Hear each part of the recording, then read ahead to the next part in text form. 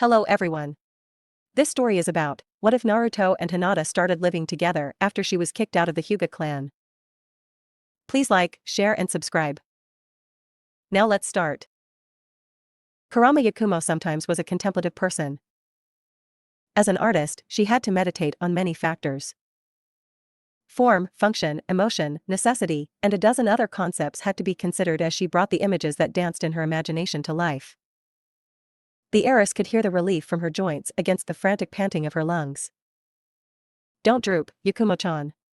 Knife-like annoyance intertwined tightly with the gnarled roots of admiration at the relaxed nature of the voice. Eye contact was the last thing on her mind, but she met her training partner's gaze. The blissful abyss of dreams was emitting its siren call and pleaded with Yakumo to rest. Her associate seemed to either phlegmatically accept the Kurama heir's exhaustion or was so infuriatingly optimistic and deliciously fit that he failed to register something as trivial as physical exhaustion. It puts pressure on your lungs. Standing straight allows for easier breathing. The knife-like annoyance started to win the mental struggle. Rock Lee was, once again, absolutely correct when the subject turned to taijutsu and physical conditioning. You know best. Yakumo's annoyance was still overpowered by her fatigue. I just hope to one day have a mastery of taijutsu that is comparable to your mastery of genjutsu, Lee replied. Yakumo couldn't groan in exasperation. From any other guy, that would be an attempt at flattery. Lee's compliment was just a manifestation of his steadfast belief. It was as close to a pass as the Kurama clan was a family of subsistence farmers. Thank you, Lee-kun, Yakumo replied. The knife-like annoyance returned to its sheath without protest. You're welcome. I am proud of your improvements. Lee slipped into his good guy pose and flashed a winning smile. I believe we have stoked the flames of youth enough for now. We can meet up tomorrow for a light workout. Emotionally, Yakumo held a match next to a fuse. Lee-kun, would you like to join me for our recovery meal? Rock Lee only had a little bit of free time before he met with Gai-sensei for the rest of the day's light training. As a disciplined disciple of the flames of youth and intense taijutsu training, he should stick to his very regimented schedule. As a teenager, Konoha's green whirlwind took the hint the very pretty girl was dropping. Yakumo was testing the waters to see if she had a shot with Lee. I would be honored. Lee readily accepted. He would be remiss in his dedication to the flames of youth if he didn't stoke this particular aspect of his youthful fire. Uzumaki Naruto could barely contain his excitement and relief to be back home with Hinata. Team 9 had returned to Konoha and had quickly been debriefed. Hinata had been stunned to discover that the bandit leader she had killed was the subject of a surprisingly large bounty for a criminal without chakra. Naruto hadn't been stunned at all. The young man had just learned to accept that the incredible was normal when it came to Hinata.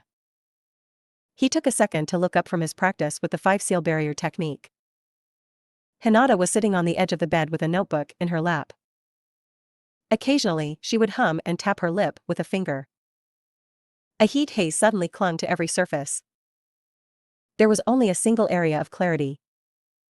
Hinata. It was suddenly a bit hard to breathe. Not in the Gai-sensei just put us through a medium workout kind of way. Naruto couldn't really put it to words. It was not exhaustion. In a lot of ways, Naruto had never felt an energy like this. It was almost like a jolt of static electricity, starting in his gut and spreading throughout his body like spilled water. So, what are you reading? Naruto was trying to control his emotions. He wasn't doing very well at controlling his emotions. Frankly, he didn't care much about controlling anything at the moment. Hinata looked up and smiled. Oh, I was. Naruto's interest was overwhelming and sent a thrill of energy running through every inch of her being. I'm still real, Naruto confirmed as he took hold of Hinata's hand. The former Hyuga blushed. I did it again. She didn't bother to stifle her amusement. Everything about Naruto made the world seem so much brighter and more open. Hinata's life had truly dawned when Naruto entered her life. The night Naruto had found her had been the darkest of her young life, in reality and mind. From there, she had taken her name. She had entered the light of the sun. As she ran the tip of her free thumb across her forehead, she accepted that her mark of slavery to the Hyuga had set her free. Naruto's glare was venomous, but Hinata harbored no shock, anger, or hurt. The glare was not directed at her. It wasn't even really directed at the seal itself. The ire was reserved for the Hyuga's act of discarding her so casually. "I don't hate my seal anymore," Hinata confessed.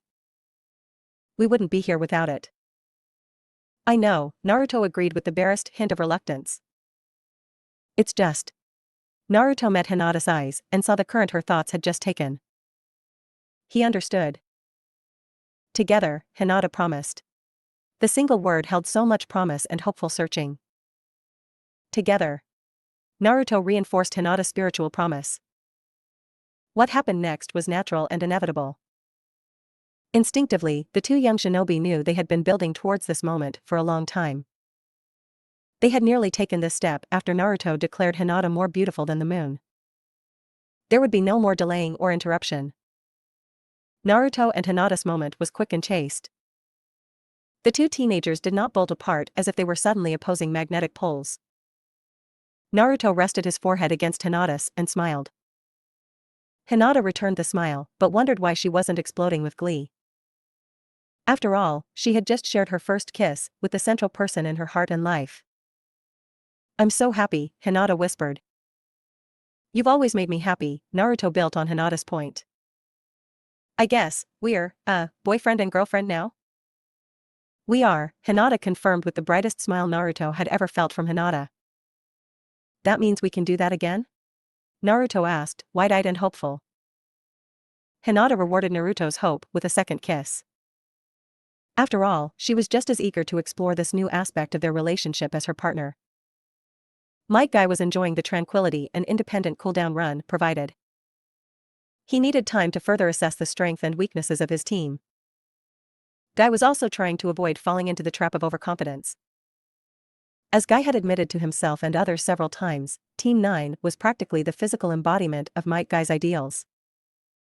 Lee, Hinata, and Naruto were all advancing in skill, enthusiasm, overall youthfulness, and most importantly in wisdom. The progress of Team 9 filled Guy with pride. And it was becoming increasingly difficult for the Jonin to keep his pride from twisting into hubris. "I need to meet with someone who will not be afraid to give me a brutally honest assessment. Time to visit my eternal rival." For once, his infuriating hipness will be an asset for the flames of youth. The first location Might Guy investigated was the Memorial Stone. Kakashi was a man that existed in a prison of his own making. The prison bars were forged of survivor's remorse and his quest for redemption in his lost friend's eyes. Guy was under no illusions that he could break the restraints surrounding his close friend, but he liked to think that his constant contests were metaphorically filing away at the bars. Fortunately, Might Guy had known Kakashi since the academy. He had picked up on a few of his friend's tells. The search for Kakashi didn't force Guy to delve too deeply into his investigative or scouting repertoire. Konoha's taijutsu specialist simply relied on patterns and memory. He quickly tracked Hatake Kakashi to the Hokage's tower. The infamous masked shinobi was leaving the tower. Guy read his friend well. The copy Nin had just finished a mission. "Good afternoon, my eternal rival." Kakashi nodded before heading over to the spandex-clad warrior. Guy noticed that the copy of Jiraiya's novel, Ika Ika Shenanigans If Guy Read the Spine Right, remained in Kakashi's pocket. "Wasn't expecting to see you until later today, Guy. I was training independently of my team.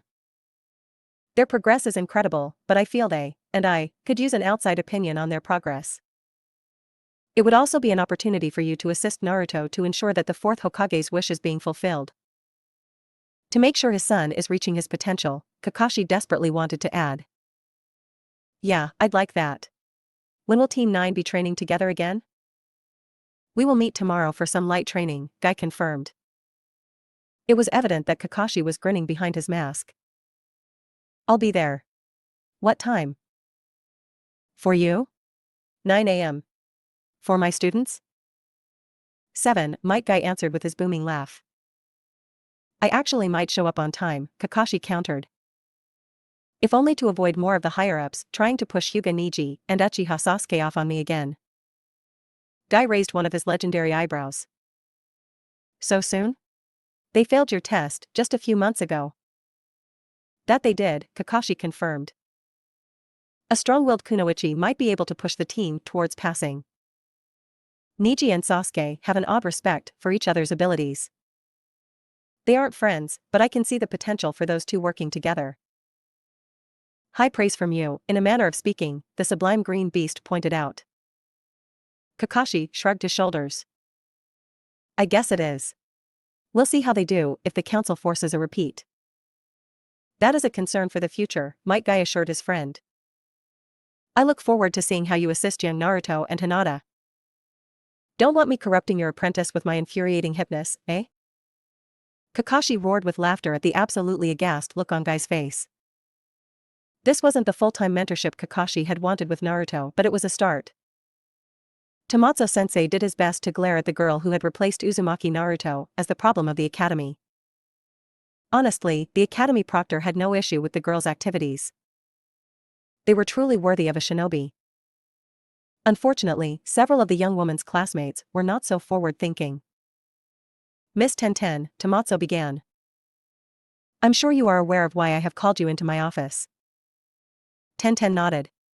My classmates don't understand the value of information. Correct, Tomotsu confirmed. Some of the civilian families are unnerved by your thoroughness. The academy and the jonin have no issues with your actions. They are a testament to your potential. Consider this a critique on your technique and not on your actions. Any pointers? Tenten asked. The teacher thought quietly for a moment. You are treating your information gathering as reconnaissance in hostile territory.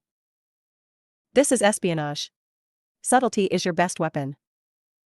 Tenten's face was a dance of contemplation, consideration, and finally a nigh horrifying realization. Gossip, you want me to gossip? The sensei nodded. You must blend in. Miss, you are showing excellent combat reconnaissance abilities. If you truly want to become an expert intelligence agent, you must learn to be far more subtle. I have a few friends who might be able to help on the gossip front. Yamanaka Ino and Haruno Sakura, the academy proctor asked, with a poorly contained smile. When Tenten responded with a nod, he continued with a warm and approving tone. The Yamanaka are a solid choice. Ino-san's father is a member of the intelligence branch. Thank you for the advice. Tenten's words trembled with the weight of possibilities and eagerness. Tomotsu dismissed her, and Tenten decided to go try to track down Sakura and Ino. It would be nice to talk with her friends and get some information about what could possibly happen with the upcoming graduation. Konoha was buzzing with energy, and Tenten found it all infectious. Her information gathering could wait. She was actually looking forward to visiting with her friends. Then she saw it. Down the street, Naruto and Hinata were walking hand in hand towards the supermarket. Tenten wasn't surprised by the sight. She had seen those two holding hands in the past. In fact, pretty much everyone in Konoha had seen those two acting like that at least once. Tenten could recognize something few others could, however. Unlike the other times Naruto and Hinata went out in public like this, the two lovebirds were fully aware of what they were doing and the message they were sending. Oh, I have to let Sakura and Ino know.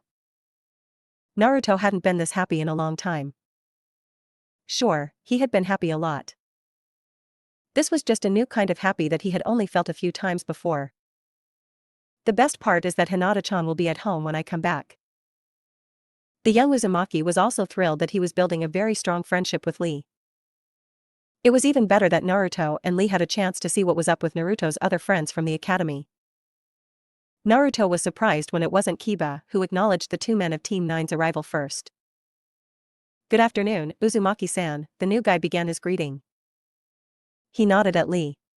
I do not believe we have been properly introduced. It was embarrassing that Naruto couldn't remember this guy's name. Naruto remembered Sota Rakudo's name and he had met Rakudo for all of 3 minutes. This guy, S-something, had been in Naruto's class. It's been a while, Naruto said smoothly. A bit of info popped into Naruto's head. You still near the top of the class? The other boy brightened, despite most of his features being hiding behind sunglasses and his jacket's high collar. I am currently 4th. I must admit that I am surprised you remembered. Why? You never seem to pay much attention to most of the academy class.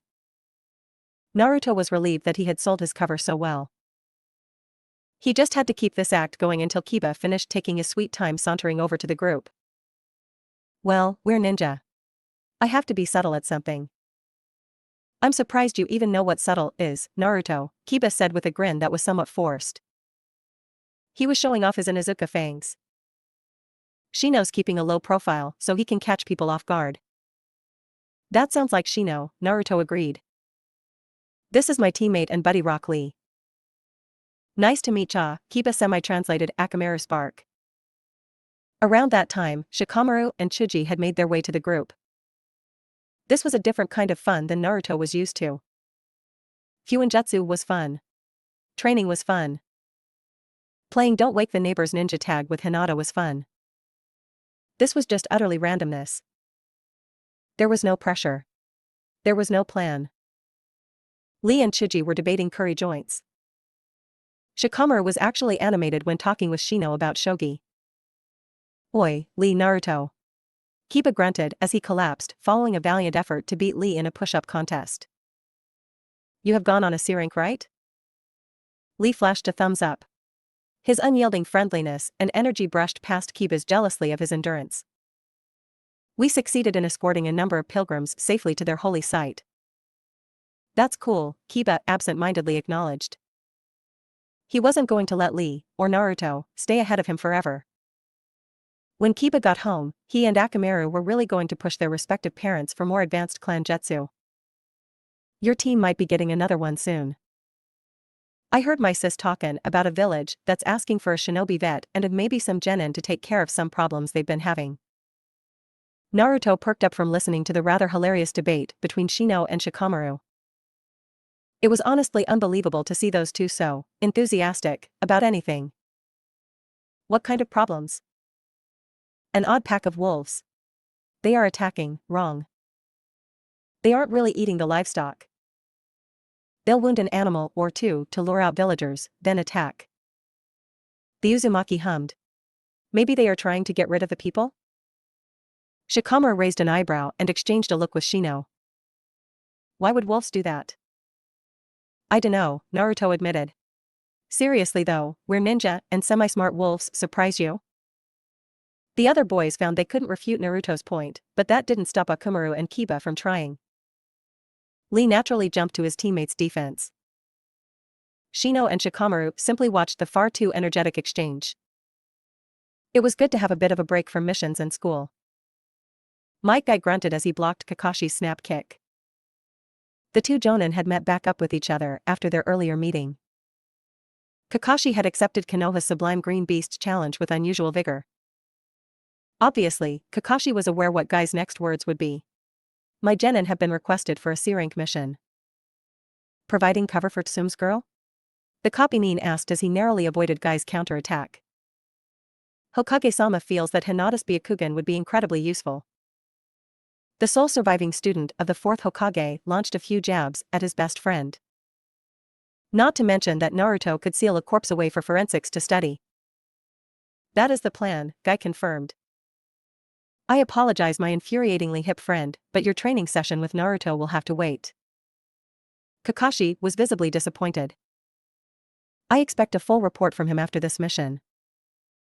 Hunting odd beasts requires a different set of skills than fighting off some drugged-up bandits.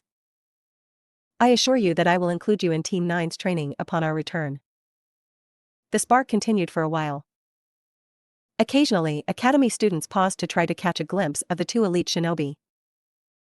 Guy was thrilled that he was helping inspire Konoha's future ninja. It truly validated his philosophy. Many hours later when Guy observed his team enter the dojo, the emotional details were incredibly obvious.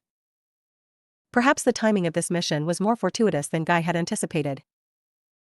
Naruto and Hinata had clearly been holding hands mere moments before entering the dojo. Lee seemed to be in an almost transcendent youthful state of mind. He was proud that his students were having a life outside of the shinobi world, but he needed to see how they would react in a mission setting.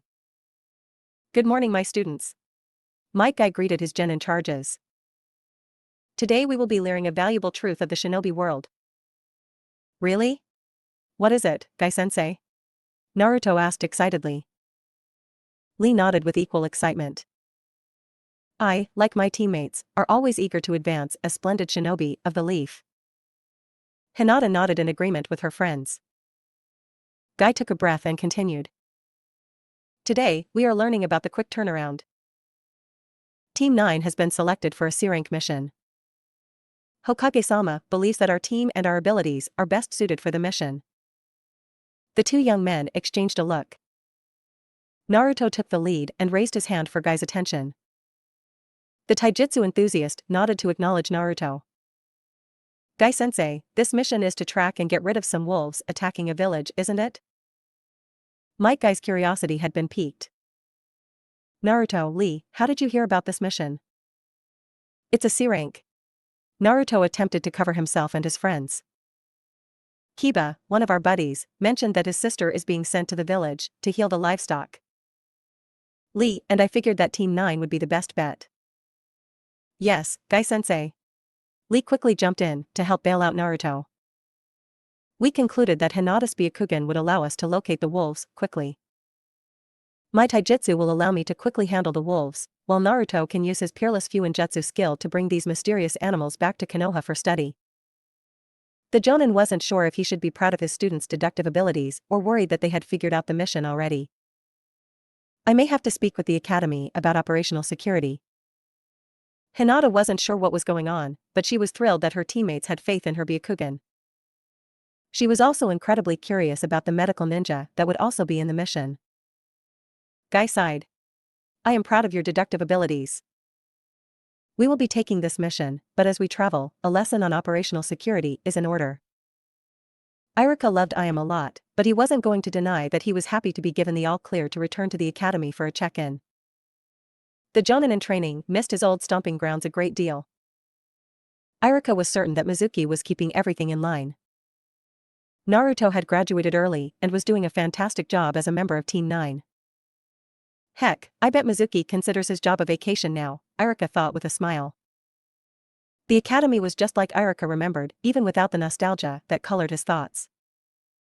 It was loud and boisterous. Students were being students, while teachers were drilling the novices on military, academic, and the other subtle arts. The familiar feelings and thoughts flooded back. I really can't wait to get back here, Iruka admitted gladly. Iruka-san. A familiar voice called out. It wasn't Mizuki, but Tomatsu was a welcomed acquaintance. I didn't expect to see you back at the academy for a long time. I'm not officially back, but I wanted to see how things are going back at work. Tomatsu laughed. Knew we couldn't keep you away. A few more missions outside the village and I'll be back to stay, Iruka added. After a beat, he smiled. Is Mizuki around? I haven't had a chance to see him in a long time. Tomatsu's face darkened for a moment. He's in classroom 4. It'll do him some good to see you. Mizuki needs some support right now. That sounds a bit ominous, Iruka said defensively. He's in a rough place. I think he relied on you more than we realized. That simultaneously filled Iruka with pride and worry. Mizuki never seemed to be emotional, papier-mâché. I hope I can help him with a visit, Iruka thought. I'll see if I can help, the on-hold teacher said evenly. The pair parted and Iruka let his memory guide him through the halls. It was good for Iruka to be back where he belonged. There was definitely a rush when on a mission, but he honestly wasn't meant for the front lines. He'd leave that to men like Jiraiya-sama and others. A familiar hushed whisper flowed through and under the door to a classroom. Mizuki's back is to the room, Iruka theorized. He quietly opened the door using his recently refreshed ingrained techniques. Iruka was correct. Mizuki was dutifully, mechanically, transcribing something on the blackboard. The room was so much quieter than Iruka's last classroom. Ino, Naruto, and Kiba had decided that they would set their personal volume to excessive and the world could just deal with it. This is your homework. The code must be deciphered in order to reveal the full assignment, Mizuki ordered harshly. Dismissed. Mizuki. It's good to see you. Iruka shouted happily as the last students filed out of the room. Iruka, the other teacher's voice was flat. Good of you to grace us with your presence. Yumino Irika was a very trusting person, especially with Mizuki, and simply took the statement at face value. You know how missions are. No, I don't. Do you know how long it's been since I had a real shinobi mission? I've been stuck here at the academy. The vehemence in Mizuki's voice was thick, dangerous, and fiery. It was also completely unexpected. Stuck? Mizuki, we're shaping the next generation of shinobi. The impact we are having on our students will last for decades. One of the Hokages will be our student in the future. Who? Naruto? Uchiha Sasuke? Mizuki shot back. I know you're proud of every student, but let's be honest. Who out of our students doesn't have some huge flaw that could bring down the whole village? Shikamaru is so lazy that he barely passed despite his genius. Naruto. Mizuki paused to scowl. The majority of village and shinobi corps don't trust him as far as they can throw him. Sasuke has the support of the village, but he's so damaged I doubt he'll be able to hold it together long term.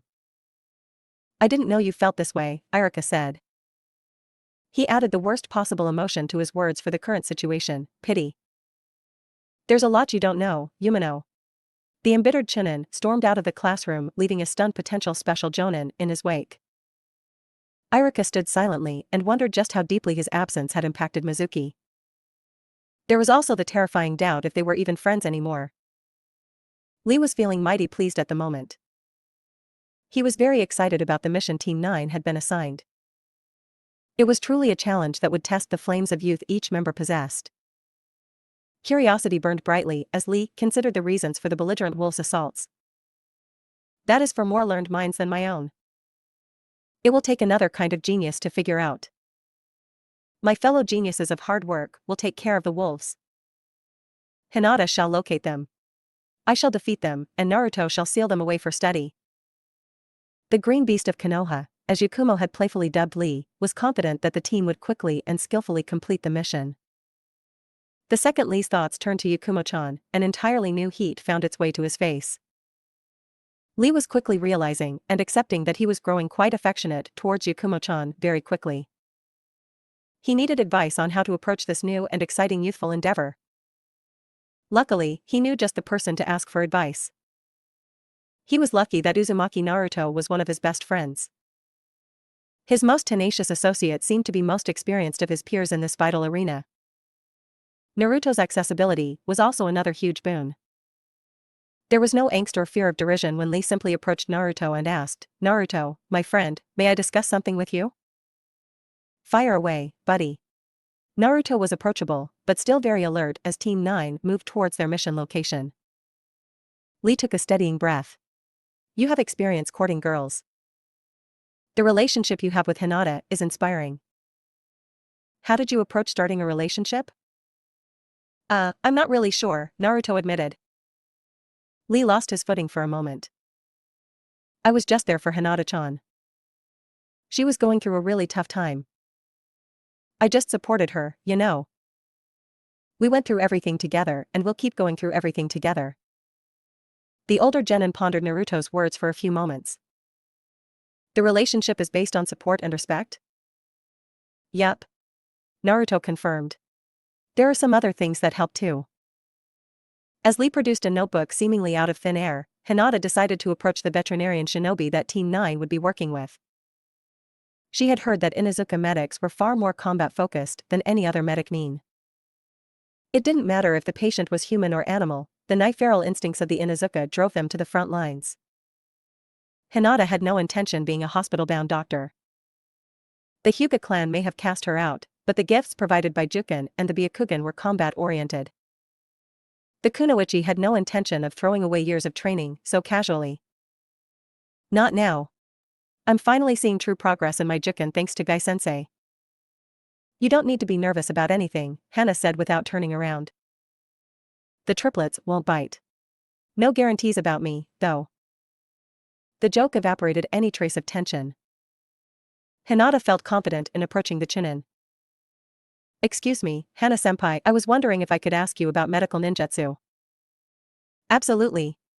Let me get a few of the standard questions answered off the bat. The basics are the same for humans and animals. Second, medical ninjutsu takes incredible mental discipline and chakra control. Hinata nodded. She was partially surprised that she was read so easily, but the younger Kunoichi wagered that she had picked up some of Naruto's emotional visibility. Thank you, Hinata responded genuinely. How did you first become a medic nin? I've always been interested in healing. Trying to help keep my clan's ninken partners just as healthy as the rest of the clan. Why are you interested in medical ninjutsu? Because I chose it. I know I can be a strong medic, and I can be a combat medic. The only combat medic in the world is Tsunade. I can follow in someone's footsteps without being in their shadow. I can walk my own path without being in anyone's shadow. More importantly, I can stand beside my comrades and save them like they saved me. The veterinarian smiled.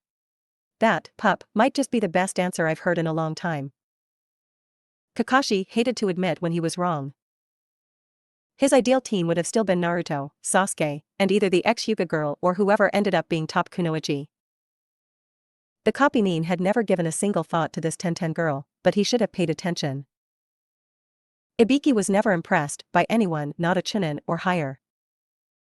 This Kunoichi was the real deal and Kakashi was man enough to admit it. The girl had lots of potential and was clearly working to reach it. Tenten had also taken Ibiki's lessons to heart. She was skillfully dividing her attention between the discussion on standard tells of hostile shinobi infiltrating a bandit gang and recording information on her potential teammates.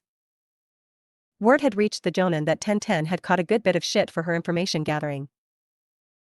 It was a very good sign for her future that she told her detractors to choke on it. This girl has moxie, Kakashi appraised positively. If he had paid closer attention to the academy before, Kakashi would have pushed very, very hard to have a team of Naruto, Sasuke, and this Tenten girl. Ibiki was no longer the only one impressed by this girl. She was going to climb the ladder fast. Cold-blooded Kakashi's ideal team may have been out of reach. He was likely going to be saddled with a pair of incredibly dysfunctional geniuses, but he finally saw a solution. He needed a Kunoichi who wouldn't back down in the face of Sasuke and Niji's issues. Fortunately for Kakashi, Tenten likely had more balls than 90% of the male academy students and was definitely the toughest Kunoichi in the academy by a few dozen leagues. She'll do, Kakashi decided. He'd also make sure he pushed her hard. It might force Niji and Sasuke to shape up. The plan was good, not great, but Kakashi could live with it. He'd still rather have Naruto on his team. Naruto was ready to complete his part of the mission. Honestly, he was a bit bored at the moment. Hinata-chan was taking the lead so far. Naruto's girlfriend was doing a great job at tracking the wolves with her Byakugan. She had found it easy to track them considering she could see in nearly a mile in every direction or almost 6 miles when she focused on a specific direction. As Hinata led her teammates towards the wolf's last location, Naruto's thoughts returned to 2 vitally important points. First, the budding Fuinjutsu expert was hugely, awesomely proud of Hinata-chan. She had nearly been destroyed when Naruto had found her. The Hyuga bastards had stomped all over her confidence and thrown her out into the world with a backpack and a few bandages. Now, Hinata was a full shinobi. She was determined to learn medical ninjutsu. Most importantly, she wasn't letting her Juinjutsu define her. She had moved on. Naruto hadn't moved on. He was going to master Fuinjutsu and get that thing off Hinata's forehead. Naruto was determined to get rid of the only physical flaw he saw in Hinata. The vehemence and rage in Naruto's thoughts caught him completely off guard. What the heck was egging all that on? Honestly, Naruto was a bit scared by his emotions. Focus on the mission. Focus on the mission. The mantra was quickly created and quickly used to center his thoughts. The wolves are resting in the thicket on the other side of this hill, Hinata reported and freed Naruto from his internal turmoil. Yash. It is time to free this village from their unyouthful burden. Lee's enthusiasm brought a smile to Naruto's face. The dark thoughts were very far away now. It was a welcome relief. No amount of anger, enemies, or sadness can touch me if I have these two, Naruto declared to himself. Hey, Hinata-chan, what's around that thicket? Naruto asked with a smirk. His usual confidence was back and it was bringing a plan with it. A field for the most part, and a rocky hill behind it, Hinata reported. Lee perked up, more than typical even, and smiled at Naruto. I think I see your plan, Naruto. It may take some time to get into position. Got it in one, Naruto beamed. Hinata-chan, keep an eye on those wolves. It's almost showtime. Might Guy had remained in the small village, publicly to put the village at ease with his presence. Truthfully, he wanted to test his genin. They had as much potential as he dared to dream, but reaching that potential required independence. He cast a quick glance towards where Inuzuka Hana was finishing another autopsy on an animal. This was the third autopsy. The first two had been on animals killed in different ways. First, she had discovered that the wolves had driven the unfortunate herd of sheep into a very fast-flowing, very deep river, to drown. The second group of animals to fall had been the oxen that pulled the trade wagons. They had been systematically led into the wilds and crippled. The final group of animals to fall to the wolves were the few dogs the village had before the arrival of the pack. Gai-san, Hana growled as she covered the deceased, murdered, dog with a shroud. It looks like these wolves are hunting for sport, or waging war, on this village. I really hope your students kill them all. The vehemence was surprising, even for an Inuzuka mourning the murder of a fellow canine. What outrage have they committed? The dogs, they were lured out, villagers say it was female wolves who did it. Hana paused to compose herself. These wolves, all these killings have been for sport. Cruelty for the sake of cruelty? Guy asked in shock. What are you about to stumble into, my students? Lee was very grateful for Hinata's Byakugan and Naruto's Fuinjutsu. The current plan was going to allow Team 9 to set the pace of the battle. Yes, Lee knew that the battle was against wolves. The wolves, however, had shown unusual and dangerous intelligence. Rock didn't want to take a chance. These beasts needed to be put down. They were rabid, vicious monsters. Guided by Hinata's Byakugan, Team 9 successfully planted Naruto's ingenious timed seal traps. The vicious wolves had no idea that the shinobi had infiltrated so close to their hovel and withdrawn. 5, 4, 3, 2, 1. Naruto counted down in Konoha battle sign language. At the bottom of the hill, the seals on the traps decayed as designed. Jets of flame erupted from each of the 6 traps. The roar and glare of the flame triggered the wolves' instinctive fear of flame. In a panic, the wolves fled towards the perceived safety of the hill. There were 7 wolves in total. In their unthinking flight, they had been forced far apart by the terrain. 2 reached Hinata's position first. The kunoichi fell upon the cruel animals in a flurry of juken strikes. Foreign chakra flooded the animals' organs, causing them to rupture. Gentle Fist continued to demonstrate why it was so incredibly feared. Hinata had barely landed a solid blow, but it had been catastrophic. Juken was destructive when used against a human used to having chakra radiate from their core. Wolves were invaded by a completely alien energy. The kunoichi might have well tossed the wolves into lava. Lee was the next to launch his ambush on the fleeing wolves. The first wolf fell to the hammer blow of the taijutsu expert's axe kick. Lee's kicks were powerful on their own, but augmented by momentum, gravity, and his training weights, they were beyond effective. Lee's kick reduced the lead wolf's head to something resembling a bag of chunky soup. The other 2 wolves paused in shock at the sudden and overwhelming violence. Lee had landed in a crouch and immediately hit the next wolf with a snap kick that crushed the rearing beast's throat. The final beast lunged at Lee with the expressed purpose of tearing the shinobi's throat out. Rock Lee countered by rolling backwards and kicking the predator in the gut. The wounded animal let out a yelp of surprise and pain before landing awkwardly on its neck, dying instantly. Naruto caught a glimpse of his girlfriend and his teammate/bro defeating their targets with taijutsu. Hinata-chan and Lee were both amazing in taijutsu and could do some serious damage in any way they needed to in close combat. Now, Naruto knew he wasn't a slouch in taijutsu. His training under Gai-sensei with Lee and Hinata-chan had forced his taijutsu to go from meh to passable to very solid in a short time. Still, Naruto wasn't confident his taijutsu could finish off the wolves fast enough at his current level. His ninjutsu was a completely different ballgame. Naruto had gotten very comfortable with his hand seals for Katan, Enden. He wasn't going to blow himself up again. The wolves had no idea what was about to hit them. Naruto took a running leap off one of the craggy rocks and positioned himself above the wolves. The targets had no idea they were in Naruto's sights. The chakra-infused fireball struck one of the wolves directly. Naruto's attack incinerated the unfortunate canine to be struck directly. The second hostile animal was burned so severely and thrown back by the blast that death was nearly instantaneous. Hinata-chan. Lee. Did we get all of them? Naruto cried out as he landed. Lee flashed a thumbs up as he was confident he had eliminated his targets. Hinata took a deep breath and focused her Byakugan. We did it. All of these monsters are dead. The village and their livestock will be much safer now. Hinata smiled broadly. There was always a rush that came after a success.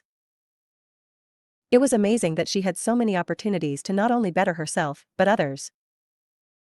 Naruto returned the smile. He knew this entire moment was beautiful. Hinata was always beautiful in his mind, but the sunlight and triumph reflecting in her eyes was soothing. Naruto turned his attention away from Hinata. Lee was also radiating triumph. The Uzumaki considered how different Team 9 was reacting to this victory than the bandits' defeat. There had been a lot of soul-searching after the battles against the raiders. They may have been scum, but the bandits were still people.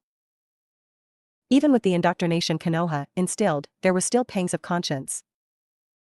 This victory was as guilt-free as a mission could possibly be. As Team 9 made their way back to the village, Might Guy dispelled his shadow clone. Konoha's sublime green beast was not a habitual user of ninjutsu, but he knew his fair share of techniques. A shinobi could not be promoted, save in the rarest of circumstances, to Jonin without 2 elemental proficiencies. The memories from the shadow clone filtered back to Might Guy and he felt a doubly powerful surge of pride. Team 9's Jonin sensei was very impressed by his charge's teamwork, strategy, and poise. He had always expected great things from his students, but they were progressing faster than he ever imagined. There were flaws in their plan, techniques, and execution, to be sure. He had a second shadow clone dealing with the fires. So, the real Might Guy waited. His team was making good time, despite their occasional pit stops to celebrate their success. The Jonin wouldn't hold such displays of youth against his charges. They were still children after all. The shinobi life was cruel and often short. Every moment Team 9 could enjoy like this was to be treasured and encouraged. Once again, a flood of memories reached Guy. His remaining shadow clones had put out the last of the fires. The plan was a teachable moment and Guy planned to exploit such an opening in Team 9's training when they returned to Konoha. Might Guy whistled a rather youthful tune as he strolled towards the town's gates. He was looking forward to that lesson. There were several scenarios running through Guy's head. As a Jonin, he was required to think at least 6 moves ahead on nearly a dozen possible situations. Naruto running back and forth between 2 very cross groups of people while Lee and Hinata seemed to be playing Minders to said group wasn't one of the scenarios. The Jonin decided to approach the situation tactfully and watch as things developed. Are you sure? Naruto asked. The civilian, the hyperactive blonde-haired shinobi, had addressed merely grunted something vaguely affirmative. Naruto flashed a thumbs up to group number 1 and dashed over to group number 2. Guy couldn't quite hear what the conversation entailed. Eventually, Naruto hooped and pointed at Lee with both index fingers. Lee returned the point with a tentative double thumbs up. Naruto eagerly returned the gesture. A few somewhat tense moments later, the 2 groups dispersed. Might Guy was eager to hear the details. His students were certainly full of youthful surprises. They might actually be ready. I wonder what my infuriatingly hip rival would say to that idea. This was all for now. Thank you for watching. I hope you liked it and that you will be back for more. Please like, share and subscribe. See ya.